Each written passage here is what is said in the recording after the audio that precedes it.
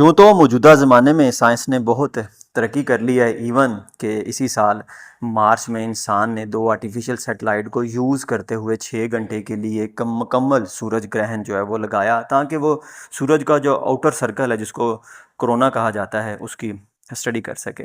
लेकिन एक बड़ा प्यारा जो है वो मज़मून है स्पर्म के हवाले से, the mysterious cell. Catherine Latham जो है, इसने ये लिखा है बीबीसी के ऊपर, ये आर्टिकल जो है पढ़ा हुआ है।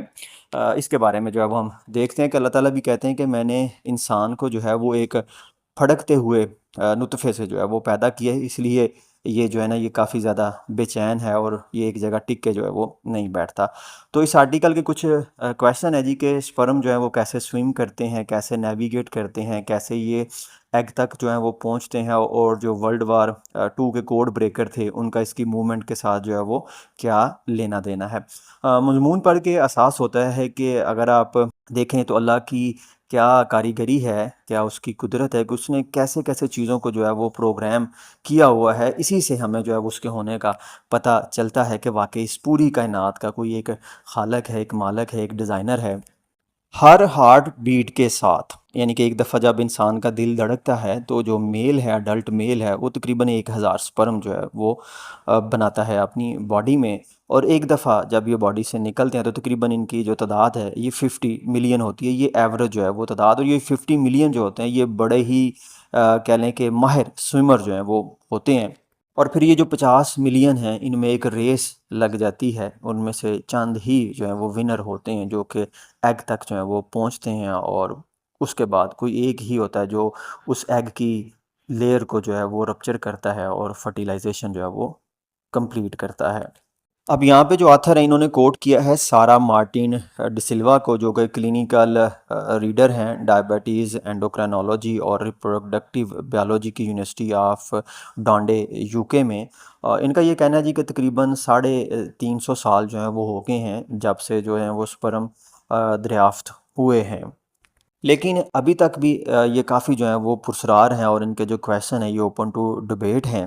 और अब पिछले कोई 40-50 सालों से साइंटिस्ट इस काबिल हो चुके हैं कि वो जो स्पर्म है, इनकी माइग्रेशन जो है उनको फुली जो है वो अंडरस्टैंड कर सके, इनको मार्क कर सके, इनका पास जो है वो देख सके। इवन कि जब इनकी जेनेसिस जो है वो होती है, जब ये स्पर्मेटोजेनेसिस जो है ये होती है, ये मेल बॉडी में बनते हैं, वहाँ से लेके इनका जो फाइनल डेस्टिनेशन है, जब ये एग को फर्टिलाइज़ करते हैं, तो इन तमाम इस सारी की सारी ये जो जर्नी है, इसको जब साइंटिस्ट ने देखा तो उनको ये पता चला कि ये वो वाहद सेल है, लिविंग सेल है, जो कि बॉडी के बाहर जो है वो अच्छी खासी देर ज़िंदा रहता है, और अच्छा खासा जो है वो चेंज भी हो जाता है।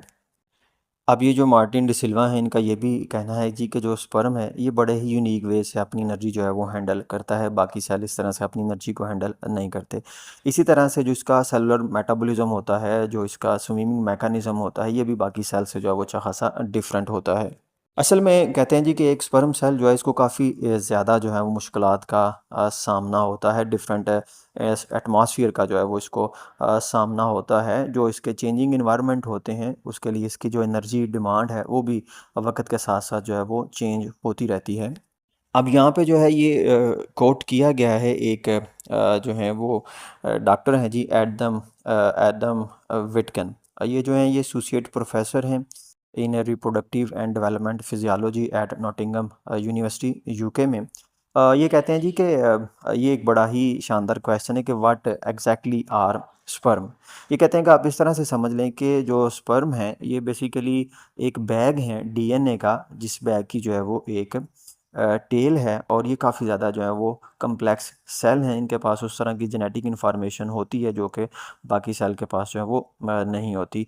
पहली दफ़ा जो स्पर्म है, इनको डिस्कवर किया गया था 1677 में, यानी कि 17वीं सदी में, और ये एक डच माइक्रोबायोलॉजिस्ट थे, एंटोनियो वान लीवन हुक, जिन्होंने अपने ही घर पे 500 इनकी होममेड जो है वो माइक्रोस्कोप थी। यानी कि देखने से लगता है कि एक बंदे की जो डिस्कवरी है वो बड़ी सिंपल सी है कि उसने 2 लेंस लिए हैं और एक पाए में लगा के एक माइक्रोस्कोप बना ली। जबकि ऐसा नहीं है। अगर आप देखें तो लीवन हुक ने खुद अपने घर पे 500 होममेड जो है वो माइक्रोस्कोप बनाई थी, और जिससे वो एनिमल के जो सीमन हैं उनको वो स्टडी कर रहा था।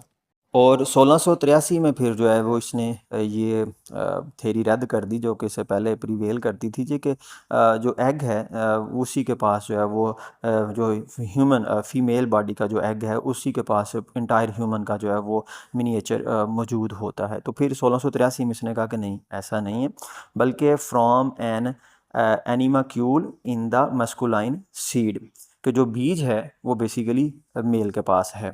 और 1685 में फिर जो है वो इसने कहा कि हर जो स्पर्मेटा जोन है उसके पास इंटायर मिनिएचर होता है किसी भी पर्सन का, complete with its own living soul.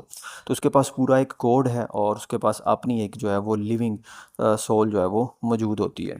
और फिर इसके तकरीबन 2 सदियों बाद 1869 में जॉन्स फ्रेडरिक मिशर, एक स्विस फिजिशियन था, जिसने जो है वो स्टडी किया ह्यूमन वाइट ब्लड सेल को। बेसिकली वो उसने पस जो है वो एक हॉस्पिटल बैंडेज के ऊपर रह गई थी, उसको उसने स्टडी किया तो उसने डिस्कवर किया जिसको हम न्यूक्लियन जो है वो कहते हैं कि इनसाइड द न्यूक्लियाई जो है वो एक मटेरियल था जिसको न्यूक्लियन का नाम दिया गया, और इसी न्यूक्लियन को बाद में न्यूक्लिक एसिड का नाम दिया गया, और आज हम इसको 2 डीऑक्सी राइबो न्यूक्लिक एसिड या डीएनए के नाम से जो है वो जानते हैं।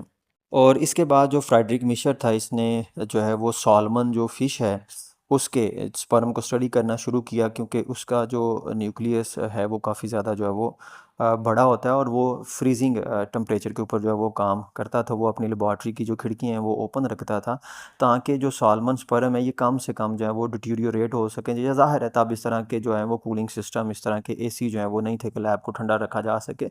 तो यूके के एटमॉस्फेयर में सर्दियों में ही वो ये काम करता था कि विंडो खोल के जो है वो इनको स्टडी किया करता था। तो आप योगदान देखें कि साइंसदान जो है वो रिसर्च करने के लिए कैसा कैसा जो है वो मुश्किलात का सामना करते हैं।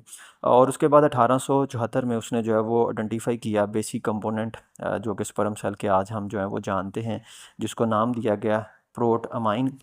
तो ये जो प्रोटमाइन है ये वो पहली प्रोटीन थी जिसको स्टडी किया गया कि ये स्पर्म सेल बनाने में जो है वो इसका एक बड़ा ही बेसिक रोल है। और तकरीबन फिर इसके 150 साल बाद यानी कि 1.5 सदी बाद जो है वो फुल जो प्रोटीन कोड था स्पर्म का उसको जो है वो आइडेंटिफाई किया गया। लेकिन इसका फिर ये मतलब नहीं था कि आपने ही फुल जो है वो अंडरस्टैंड कर लिया कि स्पर्म जो है वो बेसिकली हैं क्या और काम कैसे करते हैं। अभी काफ़ी ज़्यादा जो है वो इसमें चीज़ें जो हैं वो बाकी हैं जानना कि मैकेनिज़्म क्या है, किस तरह से जो है ये अट्रैक्ट होते हैं। और फिर इसमें जो वाटकन है इसका एक ये भी कहना है कि असल में जो क्रोमोसोम्स होते हैं सिर्फ इसका ये मतलब नहीं है जी कि ये जाएंगे और एम्ब्रियोनिक डेवलपमेंट शुरू कर देंगे, बल्कि ये जो फादर क्रोमोसोम्स होते हैं इनके पास एपीजेनेटिक इन्फॉर्मेशन भी होती है। एपीजेनेटिक इन्फॉर्मेशन जो है ये एक्स्ट्रा लेयर है इन्फॉर्मेशन की, ये बताती है कि कौन से जीन्स जो हैं वो कब स्विच ऑन होंगे, कब जो है वो स्विच ऑफ होंगे, और ये अफेक्ट करते हैं एम्ब्रियो की डेवलपमेंट को, उसकी लाइफ लॉन्ग ट्राजेक्ट्री को। अब ये जो वाटकिन है ये भी कहते हैं जी कि जो स्पर्म है ये स्पर्मेटोजेनेसिस जो बॉडी में होती है इसका जो जर्म सेल हैं वो बिल्कुल दूसरे सेल की तरह से जो है वो राउंड सेल होते हैं। लेकिन ये काफ़ी ज़्यादा ड्रामेटिक चेंज जो है वो स्पर्म में आता है कि इसका एक हेड बनता है और एक इसकी टेल बनती है। बाकी बॉडी के अंदर कोई भी बनने वाला सेल जो है वो इस तरह से इस यूनिक वे से जो है वो चेंज नहीं होता। तकरीबन 9 हफ्ते जो हैं ये स्पर्म को लगते हैं मैच्योर होने में, यानी कि कह लें कि 2 माह और 1 हफ्ता जो है वो लगता है मेल बॉडी में मैच्योर होने को। और अगर ये अनएजैकुलेटेड रह जाएँ, बॉडी से बाहर नहीं आए, तो इवेंचुअली ये डाई हो जाते हैं। और इसके बाद इनके मटेरियल को जो है वो बॉडी रिसाइकिल करती है, रीअब्जॉर्ब जो है वो करती है, और जो इजैकुलेट होते हैं उनके लिए फिर आगे एक नया एडवेंचर जो है वो शुरू हो जाता है कि उनमें रेस लग जाती है कि कौन पहले ओवा को फर्टिलाइज करता है। अब यहाँ पे पहले ये माना जाता था जी कि ये जो स्पर्म है इसकी जो टेल है ये जस्ट राइट और लेफ़्ट जो है वो स्लाइड करती है, जैसे कि एक आम फ्लैजेलम जो है वो जैसे यूग्लिना का है वो विप करता है, तो यूग्लिना जो है वो आगे मूव करता है। लेकिन फिर 2023 में, आज से 2 साल पहले जो है यूनिवर्सिटी ऑफ ब्रिस्टल यूके में ही जो है ये रिसर्चर ने ये देखा कि नहीं, ऐसा नहीं होता। स्पर्म जो टेल है ये बाकी बाकायदा एक वेव पैटर्न जो है वो जनरेट करती है, और इस वेव पैटर्न को जो है वो अनकोड करने के लिए मदद ली गई एलन टर्निंग की। जो डिस्कवरी थी, एलन टर्निंग एक बंदा था यूके का, जो कि कहते हैं कि 15 मिनट के अंदर अंदर जो है वो जर्मन जो कोड आते थे वर्ल्ड वार 2 में उनको जो है वो डिकोड कर देता था।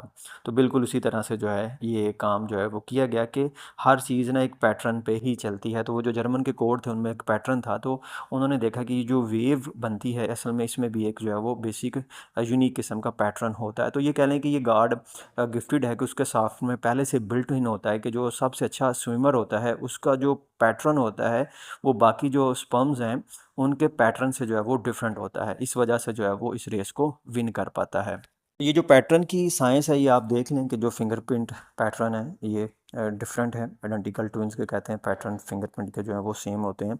इसी तरह से आइज़ रेटिना जो है इनके जो पैटर्न है वो डिफरेंट होते हैं। तो सेम यहाँ पे भी ये मसला है कि जो स्पर्म विनर होता है उसकी जो मूवमेंट होती है, उसकी जो टेल की मूवमेंट होती है वो अच्छी खासी जो है वो पैटर्नाइज होती है, वो यूनिक होती है।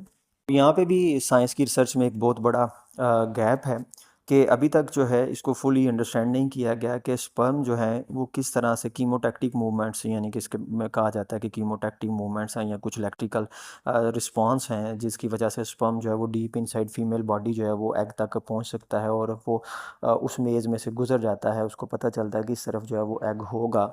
अब यहाँ पे कुछ फ्रूट फ्लाई जैसे ड्रासोफिला मेलानोगास्टर, इसको भी काफ़ी ज़्यादा जेनेटिक स्टडी में जो है वो यूज़ किया गया है। तो उसमें से कुछ स्पीशीज़ ऐसी हैं जो कि स्पर्म बनाती हैं, तो वो उनकी अपनी बॉडी से 20 गुना उनकी बॉडी लेंथ से जो है वो ज़्यादा बड़ा जो है वो होता है। यानी कितना वो धागा बना देती हैं कि वो उनकी 20 मक्खी एक लाइन में खड़ी हो जाए तो फिर वो इतना लंबा जो है वो धागा बनता है। तो ये भी आप खुदा की कुदरत देखें कि इतने बड़े धागे को वो एक मक्खी जो है वो अपनी बॉडी में कैसे जो है वो फोल्ड को करके उसको जो है वो बनाती है।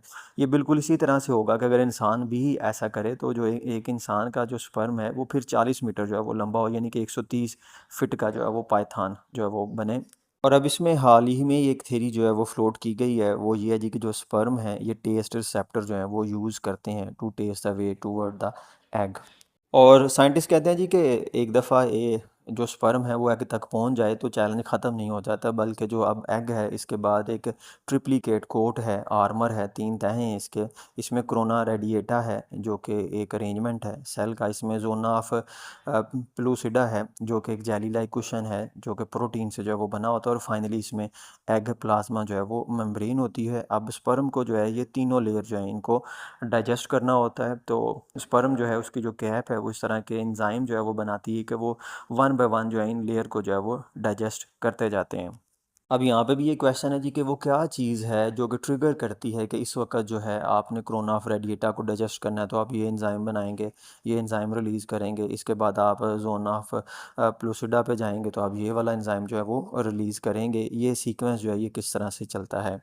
और इसमें ये भी है जी कि जो स्पर्म है ये अपने हेड के ऊपर जो है वो कुछ स्पाइक हैं उनको यूज़ करता है ब्रेक करने के लिए मेम्ब्रेन को, और सेम उसी वक्त वो थ्रैश करता है अपनी टेल को कि वो जो है उसको पुश करे ताकि वो इसके अंदर जो है वो पेनिट्रेट कर सके। और अब बाज़ दफ़ा पॉलीस्पर्मी की भी जो है वो आपके पास कंडीशन आ जाती है, एक से ज़्यादा स्पर्म जो है वो एग को फर्टिलाइज़ कर देते हैं। तो जो मल्टी प्लाइड जो है वो सेल होते हैं ये ज़ाहिर है लीथल होते हैं ग्रोइंग एम्ब्रियो के लिए, ये फिर जो है वो अबॉर्ट हो जाते हैं। और अब इसमें रिसर्च जो है वो ये भी कहती है कि जब एक स्पर्म जो है वो चला जाता है, वो एग से मिल जाता है, फर्टिलाइज हो जाता है, तो उसके बाद वो फ़ौरन जो एग की प्लाज्मा मेम्ब्रेन उसको डीपोलराइज कर देता है ताकि वो एक इलेक्ट्रिकल बैरियर जो है वो क्रिएट कर दे ताकि फर्दर जो स्पर्म है वो उसको क्रॉस जो है वो ना कर सके।